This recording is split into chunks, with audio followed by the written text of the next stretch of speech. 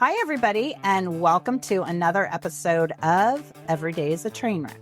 And I'm your conductress, Marley Major, and I've got another great guest for you today, Chirag Sagar, who is the co-founder of Mission Matters. And I'm going to pat myself on the back because this podcast is also brought to you by Mission Matters. And so I decided to turn the tables today and bring Chirag on because A, he's one of the smartest people I know. B, he is a very hard worker, very connected, but has been forced to drink his own Kool-Aid, evidently. And so while he's been promoting all kinds of other people, now he has to promote himself and actually have a personal brand. So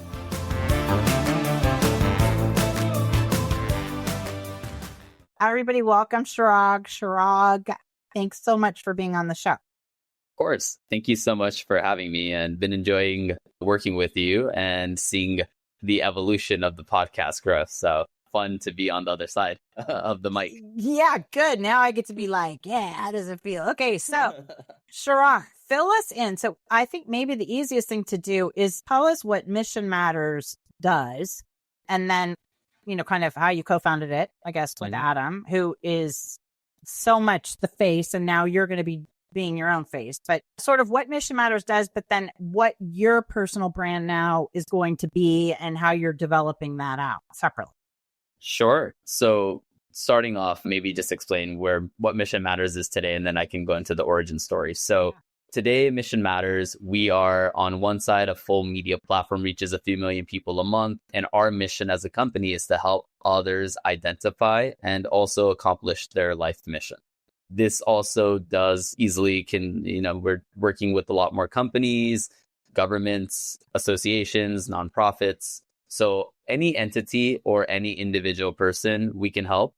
And so what we do on one side is we're a full branding agency, helping companies or individuals become aware of what their mission is, providing them a blueprint, plan of action that they can execute, or we can help them execute to accomplish this mission. And then the way that we help them execute this mission is once we help them with that strategy and the planning, then we can help them execute through books. So we have a book publishing division in the company. We can help them launch podcasts like this one and help them with some social media, help them with some PR efforts, and we can coordinate events as well.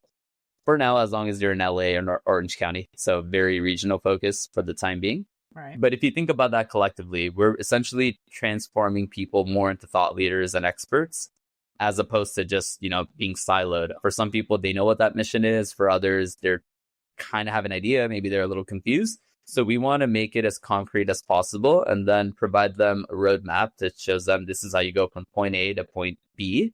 B being, or Z, I guess you could say, because, we all know life has many twists and turns and obstacles that you have to navigate. And so it's like, how do you navigate it to get to that end goal ultimately that you're looking to achieve? Speaking of point A to B or Z, you said something that really struck me. What do you think is the difference between kind of the old days where you would build a person or a personal brand and now you're building a thought leader? What's the difference? I would say, so turning someone into a thought leader is the same. So it's the same philosophy and it's a lot of the same things. What has changed are the mediums as to how you connect with your audience. And it's understanding. And that's essentially what we've done. I think if folks approach us today and say, hey, I want to be established as the expert in my space. I'm a leading doctor, cardiologist, for example. And, there's a lot of other cardiologists. Well, what separates you from others, right? There's experience, there's maybe your bedside manners, maybe you're innovating different products and other things. So as you're doing this in the older ways, I guess you could say pre-internet, right? You would publish a book, you would maybe get on TV, get radio, you would have magazines write about you, right? And then you would speak on stage. Today, post-internet, you still do all those same things, right? We're still helping people publish books. We're still hosting events. We're still putting people on stage. We just added to that with social media, with podcasts, with email newsletters, with you having your own blog. These are all just mediums, and it's just people's attention spans are very dispersed. And, depending on, again, there's a process and framework, right? Part of this is you have to understand who you are. Second is who's the audience that you want to connect with. And then third is understanding where is that audience spending time and then focusing on those platforms where that audience is spending. And one of the things that I think of, though, when I think of a thought leader, and it's perhaps because I've overthought it, to me, a thought leader almost has to be more like, quote, out there than just a personal brand. Like they have to have a real stake in the ground. Like, for example, okay, I have my whole, but are you making any money thing? And it's all about, cost of goods sold, et cetera, which, a billion other business coaches are about. But one of the unique things that I'm totally focused on is that every entrepreneur has to track their time, period. That is like the secret sauce. Like you track your time and that's where the magic happens, right? So that is a very, like, to the point that I'll say you can always make more money, you can never make more time, So it's a stake in the ground. Whereas other people might say, hey, listen, you don't need a great website, you don't need a great whatever, you just need a great story and for it to go viral, things like that.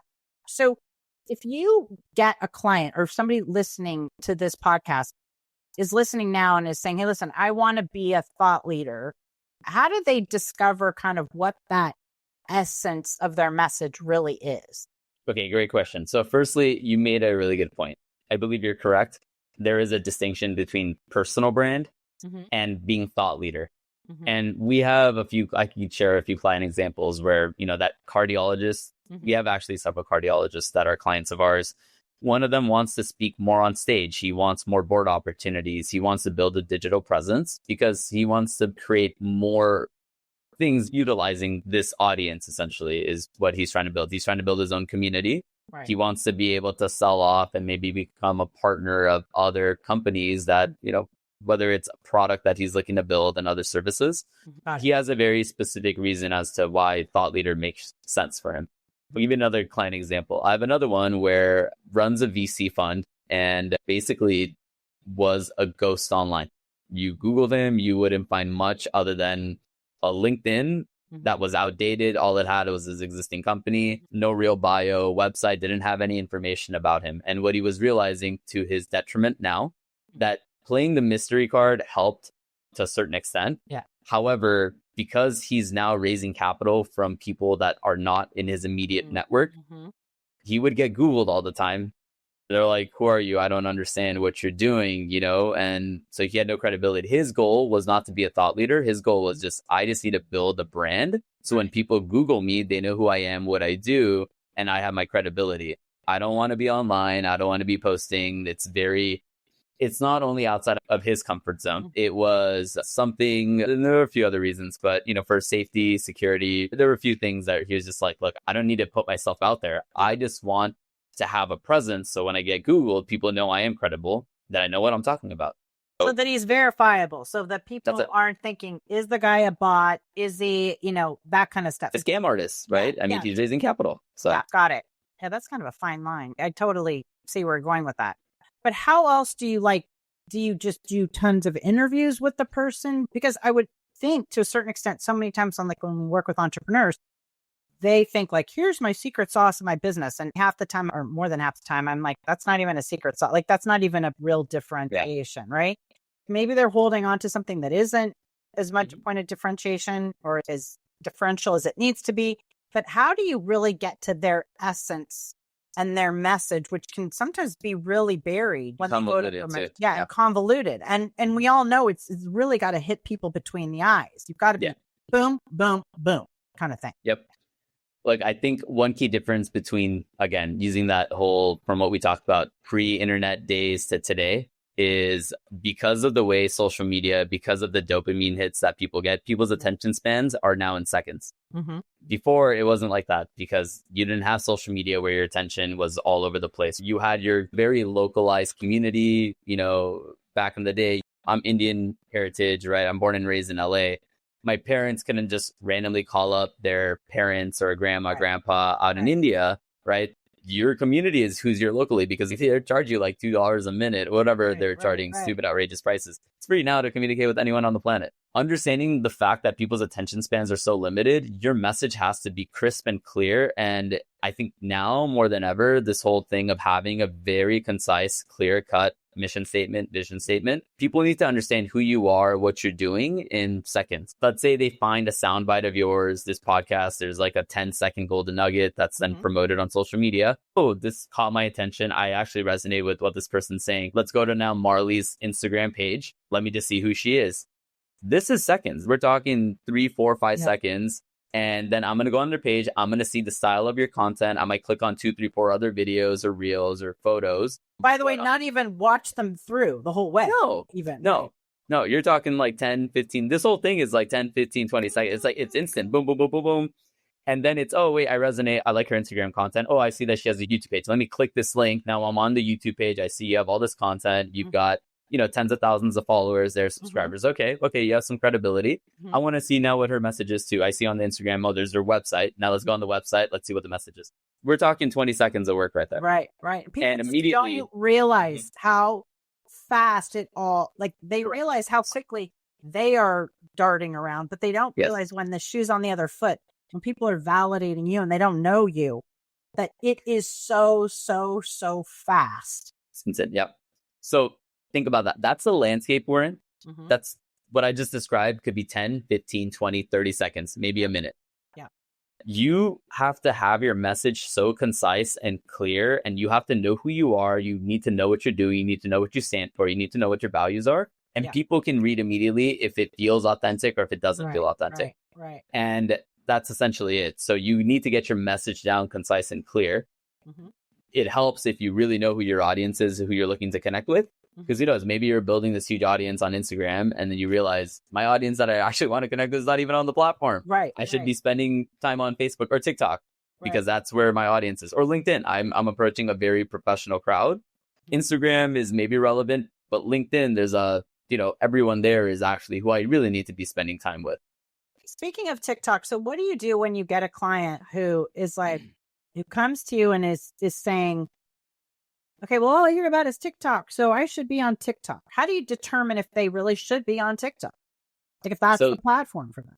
This framework has applied and it's stuck true to our whole company and what we've now done from start to finish. Because every single scenario, to your point, you got to follow the process. The process is the process. Number one, who are you? What are you doing? What do you stand for? What is your mission, vision statement? What do you want people to feel when they talk to you? What's the perception, right? What product or service do you essentially... Remove the product or service. Yeah. What do you want to be known for? And who are you as a human being? Who are you as a person, right? The way I see it, a business or businesses or nonprofit or whatever impact that you want to have is more the delivery mechanism to delivering what your core essence is as a human, right? So the business is actually the vehicle to get you from this is the message, this is what I have to convey, and this is who I am. The second part is you have to understand who your audience is. Who do you want to connect with? You have this core message or something that you want to get across. Well, who's the audience? Who's the receiver of this? Because you have to know who that is. And the reason you have to know who that is because then you know what platform to focus on. So maybe if you're focused on Gen Z, right?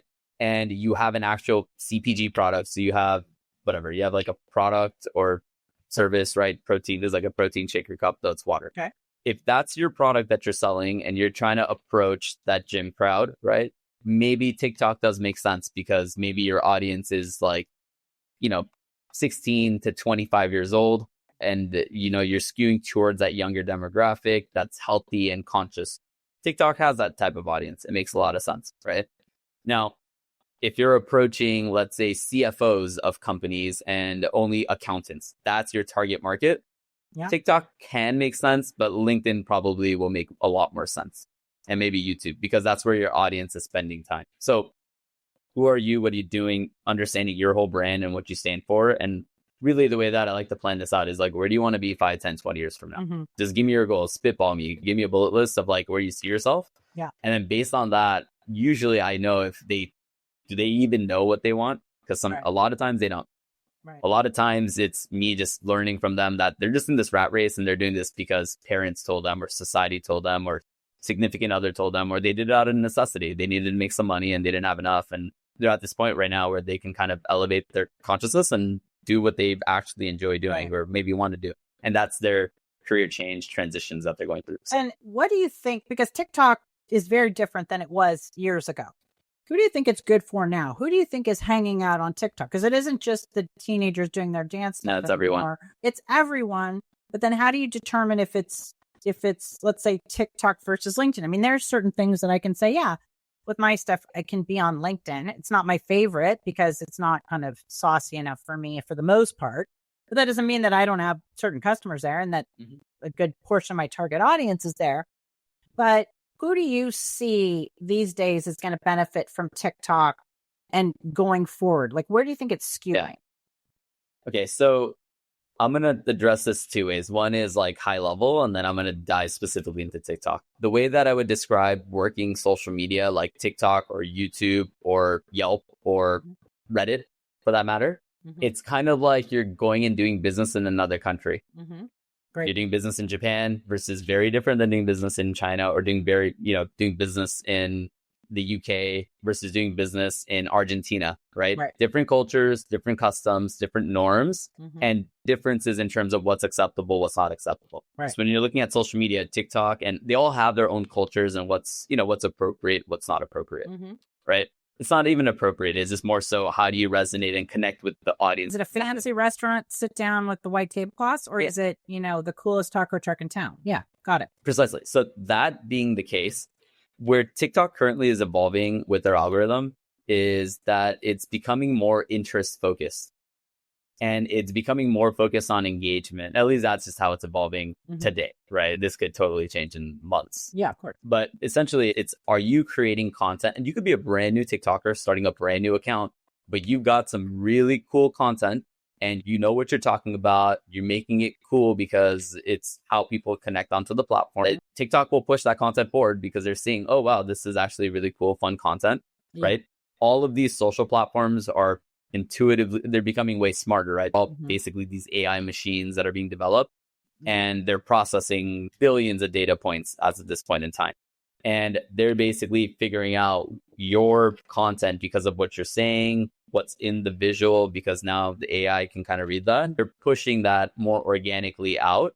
And so it's less and less, how big is my following and will that audience see it? It's becoming more so, is the content I'm creating very engaging, and am I engaging it in the right way, in the right manner that people are going to consume this content? And then that algorithm can then be the one to push you to the front, which then means you get more followers or likes or whatever it is. Self-fulfilling prophecy, right? Because now the content's just really damn good. It's no more hey, I have millions of followers, so now I'm going to explode and blow up.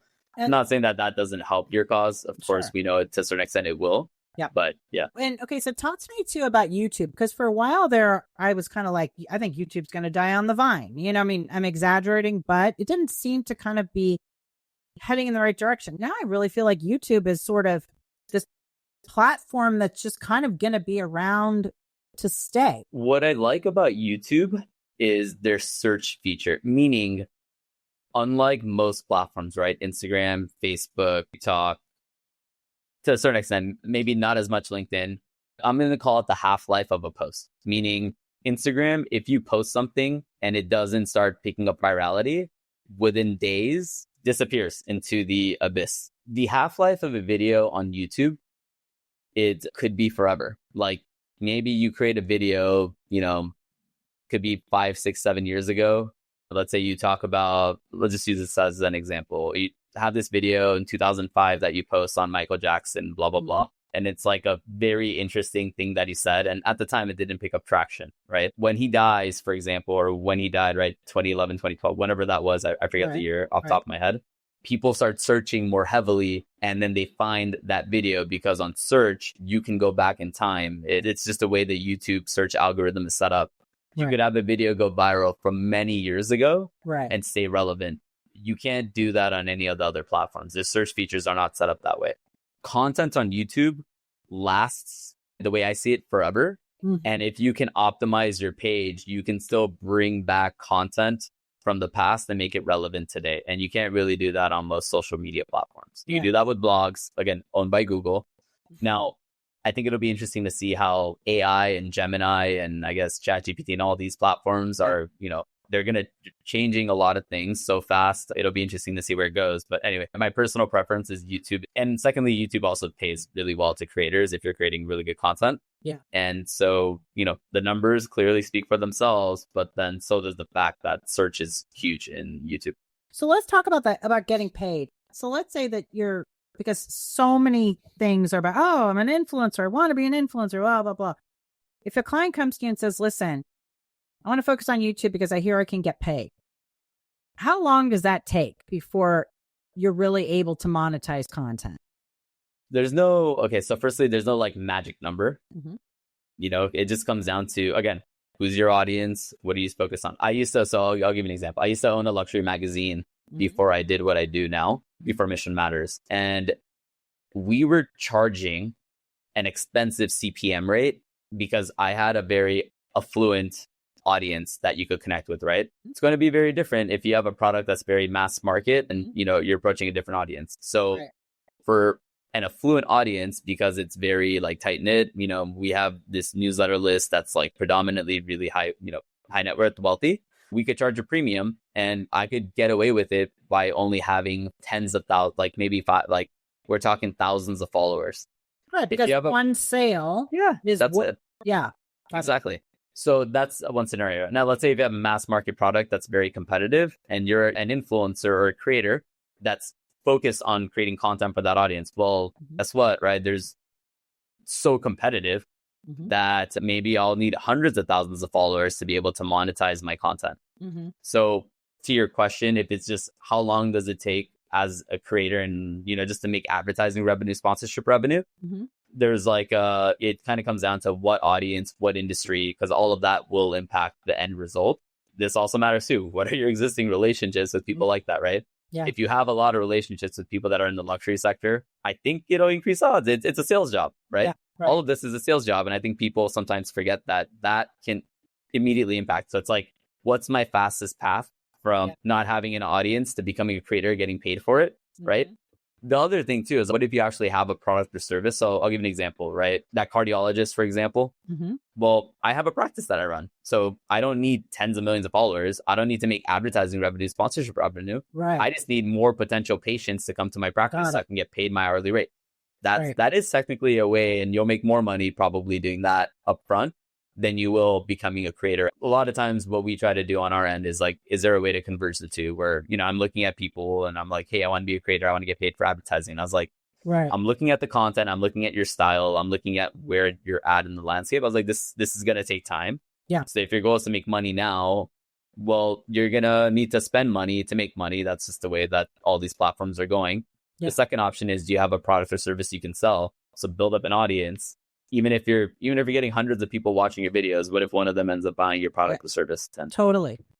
Okay, so let's pivot a bit and let's talk about what you're doing with your personal brand. And I can't believe that you're going to have your own podcast, et cetera, et cetera. So I know. Talk definitely about the podcast piece, because I know when I started working with you guys, you had a lot of compelling data about why podcasts, and why this is such an important thing. So kind of weave that into your what's next and what you're developing.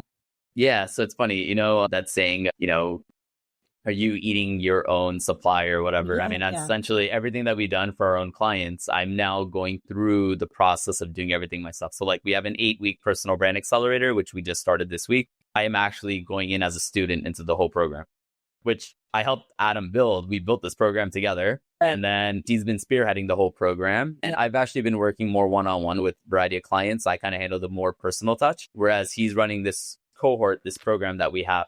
I'm now going in, and we ran, I think, like 9 or 10 cohorts now. So we've been doing this for 3 years. And I'm like, cool, I'm going to enter this as a student because I need to build my brand. So let me now see, now that I'm actually ready, I have a reason why I'm doing this personally, not just going in, just, trying it. I actually have a very specific reason. So I'm going in as a student to learn and see, number one, see how impactful the program is myself, a few years later, and see what we can update just from a business standpoint. But part of this is like, I've got a general idea of what my brand is. I've got the name and title for the book, the podcast. I've got a lot of things laid out. And, I've been doing marketing for pretty much my whole career for like the last almost 15 years. Yeah. I get to make everything concrete. So it's more so validating and putting pen to paper on like building out the whole strategy. Because from there, I've written a rough draft of the book. I think in a month, I'll have a rough draft of the book and I'll be able to hand that off to my team to say, okay, it's ready to go. Edit this book now and then go get this published. Yeah. same thing with the podcast, right? You've had a chance to interact with Matt. I get to connect with Matt, and now I get to kind of build out of, okay, what's my podcast, what it's going to be about, and I get to go through the whole process that you went through. Well, good luck, because it's not as easy as it looks. I mean, I think I should get an award. I still talk about that intake document that I had that was like, Jesus, Mary and Joseph. It was their theses. No. Okay. So what you did is what I do one-on-one with clients. My Lord in heaven. No one that's not a personal client does that. When you're just launching a podcast, it's very simple. I'm glad. Like yours, you had a very specific, different reason though, right? Yeah, I did. I mean, I'm throwing you under the bus and being a brat. I'm just saying you are that smart and I, have my business degree. It's not like this stuff is foreign to me. And I'm just sitting there going, Lord have mercy. Thank God I'd done so much of it before that I could kind of, cut and paste and put all the pieces together.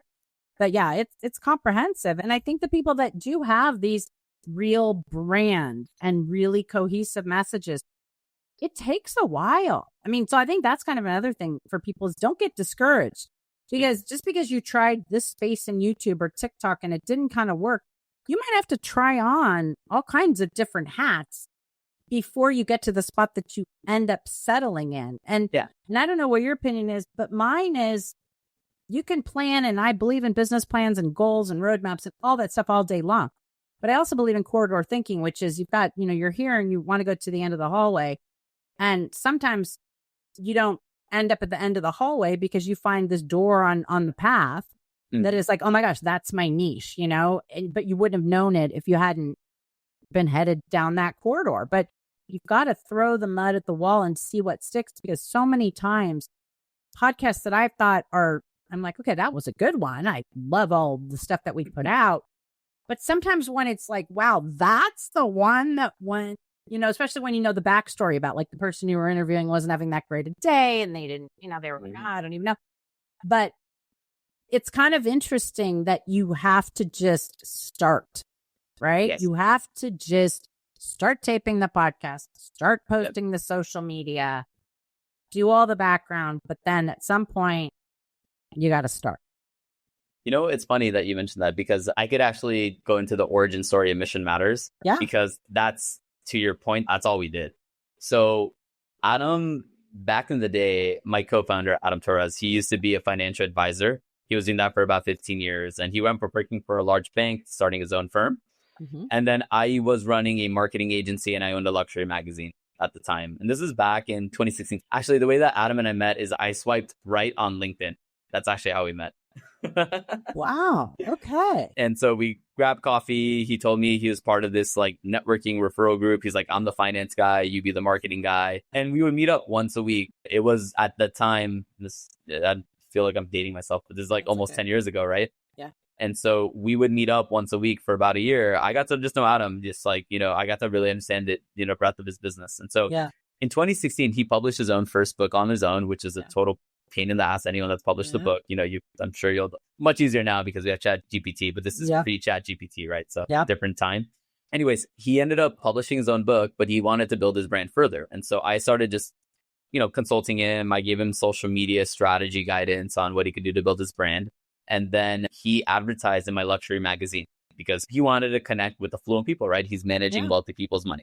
Yeah. And so as he was trying to connect with them, he basically eventually launched the podcast in 2017, which I helped him with, and then eventually got him some PR opportunities. So as we were building this whole company, really building his personal brand to be like the Jim Cramer or Susie Orman or whatever you want to say, that was essentially the goal. More thought leader in the financial services space so that he could connect with wealthy people. Mm-hmm. Anyways, as we were building his brand, he saw the book Chicken Soup for the Soul, and he knew that he needed to publish a second book because when you're going down this thought leadership train, it's all content.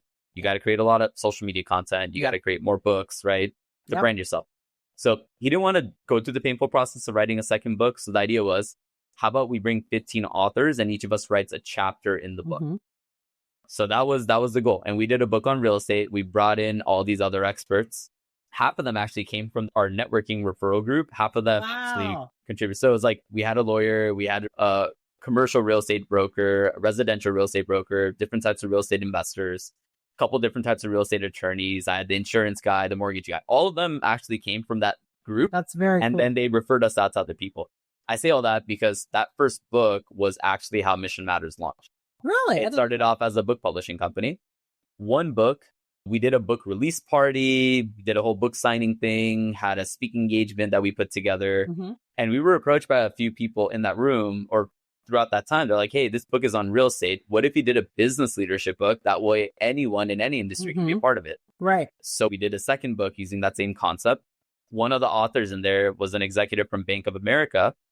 He loved what we put together. And then this movie, Crazy Rich Asians, just came out. Right. And he basically said, hey, look, I have access to the foundation. You know, I have some marketing budget within the bank. If we could do a Diversity Matters book and do like one on just Asian Americans at the workplace, let's piggyback off of the movie Crazy Rich Asians. So instead of us charging the other authors, we did this whole kind of give back book and, you know, brought in 15 authors. Bank of America paid for it. And within, you know, but turned out to be 3 different projects. Mission Matters started off as a book publishing company. And Adam, from him conducting all of these podcast interviews, where it got to the point where he was doing 1 interview a day. And it was a 15-minute interview. He was literally recording the episode and was like, cool, this is done. And then uploading it to the podcasting distribution or whatever we were using at the time. And uploaded it. A machine. So he was doing 1 interview a day. And let's say like 3 months later, so about 100 interviews later, we realized, because when he went on the time, firstly, the company was not called Mission Matters. It was called Money Matters Top Tips because Adam was a financial advisor. That was the name of the company. And that was the name of our book publishing company. Yeah. That's the name of the brand, basically. Yeah. So we realized that for every 10 interviews that Adam did, we got 1 book author client out of that who became a co-author in one of the books.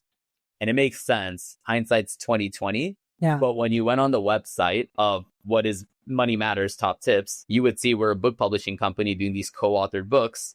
And you wouldn't see information about Adam being a financial advisor, or I was running a marketing agency at the time. You wouldn't see much information about that. Right. People naturally, organically, that we were interviewing, the guests we were interviewing, they're looking at this like, hey, what's this co-author thing? Yeah. And it was literally, that was how we created, eventually, you know, daily podcast interview, eventually became a full media brand.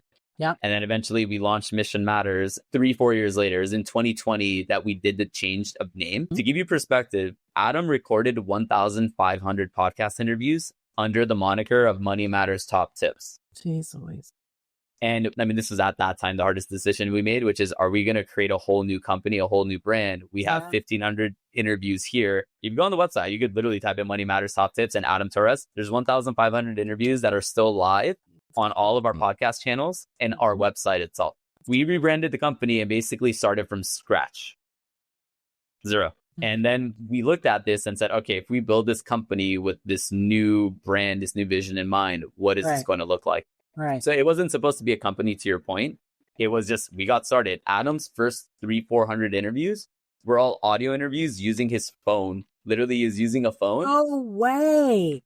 He was recording this through his phone. So the audio sucks. Oh, it's choppy. There's a lot of static noise. Right. We were doing the editing. We didn't have any staff. It was a side project. It wasn't supposed to turn into a company. Well, it wasn't supposed to. Yeah. I love it. That's amazing. Just get started. Yeah, you don't know what it's going to evolve into, but Mission Matters happened by accident. It was a book project turned into a second book project, turned into a third book project. And then Adam's brand that we were building as a financial advisor, Adam did a career change. He enjoyed this part of the business, media and marketing, so much. 15 years later, shut down his financial advisory firm. He had all of the licenses, which take years to get. 37, 63, 66, 6. He shut all of them down, revoked all of his licenses. Ended up getting into Mission Matters full time. I eventually merged my marketing agency into Mission Matters and then built a second media brand from scratch, from the ground up. And anybody who hasn't listened to, just Google Adam Torres and Mission Matters and listen to his podcast. He's got a few. I mean, they're terrific. I was a guest on the podcast. That's how this whole thing turned up anyway. But how did you make the leap, kind of as we put it all the pieces together? How did you make the leap to now you're actually doing all this stuff? Because it took a while. It did. It took a long time. So part of this is, I'll say this, I'll start top and I could probably go down because it'll be easier. I've lived 3 different life journeys. I've had a personal journey, a professional journey, and a spiritual journey. The professional journey, you could just go onto my LinkedIn. You can kind of see, oh, this is still very different from nonprofit to luxury magazine to marketing agency to Mission Matters, which is, helping people define what their mission is, branding agency. It kind of makes sense, but it's kind of like, it's a hodgepodge of different experiences, right? Personal journey and the spiritual journey really, I would say, evolved in the last several years. And so I had no intention of going. My thought is, this whole healing journey that I went on, which I will describe much more detail once the book comes out. High level, it was, okay, I've kind of figured out, I've made amends with my past and I'm in a good spot and I have no reason to, I don't need to go out and share. I've healed. I've done what I needed to do. This is my shadow work, as they say, right? Yeah. And then I moved on, and then essentially I realized, and it happened because of a very close friend, had an encounter that was similar to what I had gone through. And for whatever reason, just, I guess you could say divine timing, ended up telling me, and then we just connected. And then I basically told her, I was like, okay, so this is exactly what I went through. But it took me 25 years to figure this out. So let's make sure that doesn't take you as long. Not often, yeah.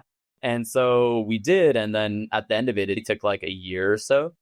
And then I realized like, oh, wow. Like, because you don't know, like there's, people that go to the grave or, never amending that situation. So one encounter then led to a few more. And then it kind of just kept happening.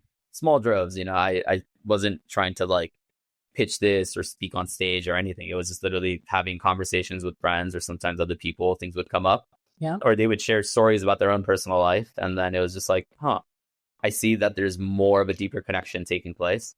So it took me a few years to make peace with like how to approach it and make sure that I'm sharing the story properly. I for what I'm going to end up sharing, I not only have one chance to share it properly and correctly, and I need to make sure that if I'm sharing this, that I don't misquote, that I don't misinterpret anything that I don't mean.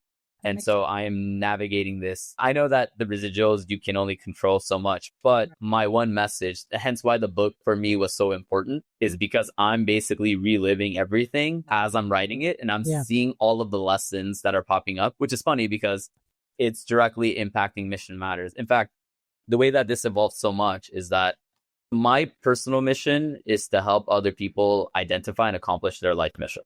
And it took me some time to kind of figure this out. We were already building Mission Matters, already on the way. And as I kind of got more clear on, let's say I decide to sell Mission Matters 5 years from now, 10 years from now, or it shuts down, whatever, something happens. And Mission Matters, I'm no longer working on it. Well, 10 years later, what is my own life mission? Because at the end of it, the way I see it is Mission Matters is a vehicle, and I'm much more than that. There's a lot more things that I can do personally. My brand stays forever. It's a lifetime endeavor. It's a lifetime mission, right? So that's where, okay. And so the way that I saw it is, okay, if this is my own personal mission and it just so coincides where all 3 journeys, the personal, professional, and spiritual journey, all interconnected, became one singular path. I was like, does it make sense? This wasn't like a one overnight thing. This was, it took a few months. Once I kind of had this revelation, I would say a year, really, the revelation, I kept just pondering it. Ideas would come up and I would like decipher it further and synthesize it all the way down to its core essence. I was like, wait, what if Mission Matters became this my life mission and they were intertwined? Does it make sense? Very cool. And then was able to interconnect it and then realize, oh, it does make sense. I told Adam, I told the rest of the team, and they're like, yeah, this is actually exactly what we're doing. And I was like, cool. I have an entire company that's basically pursuing my entire personal life mission. I love it. Well, this has been amazing. Thank you. I mean, chock full of fabulous info and backstories, but really great, like practical stuff that people can use to up their own brand or up their social media and become a thought leader themselves. So, Chirag, how can people find you? Where do you want to send them?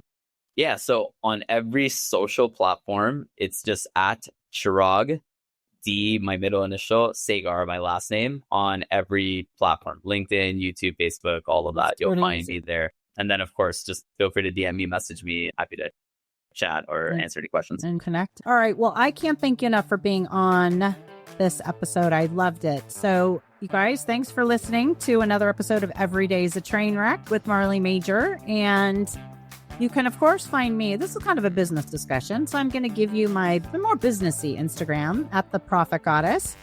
And if you want to find out more, I want you to listen to all of the podcasts. So please make sure you subscribe, rate it 5 stars if you're so inclined, leave a comment, tell a friend. So thank you guys for listening. And Chirag, thank you again. I loved having you. Thank you so much for having me, and great to be on the other side.